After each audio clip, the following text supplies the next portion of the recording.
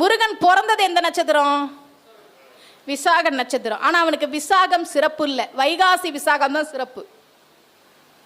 அன்னையிடம் வேல் வாங்கிய நாள்னு தைப்பூசம் விசேஷம், வருஷத்துல ஒரு நாள். ஆனா ஒவ்வொரு மாசமும் ஆடி கிருத்திகை மாதிரி ஒவ்வொரு மாசமும் வரக்கூடிய கிருத்திகை முருகப்பெருமானுக்கு விசேஷம். ஏன் தெரியுமா?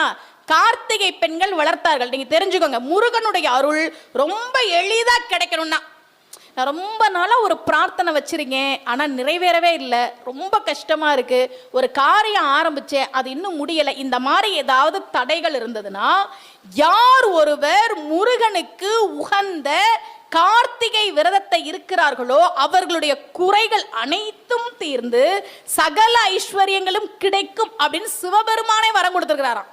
கச்சியப்ப சிவாச்சாரியார் கந்தபுராணத்தில் எழுதுறார், 6 நெருப்பு பொறிகளாக பிறந்தான் முருகப்பெருமான்.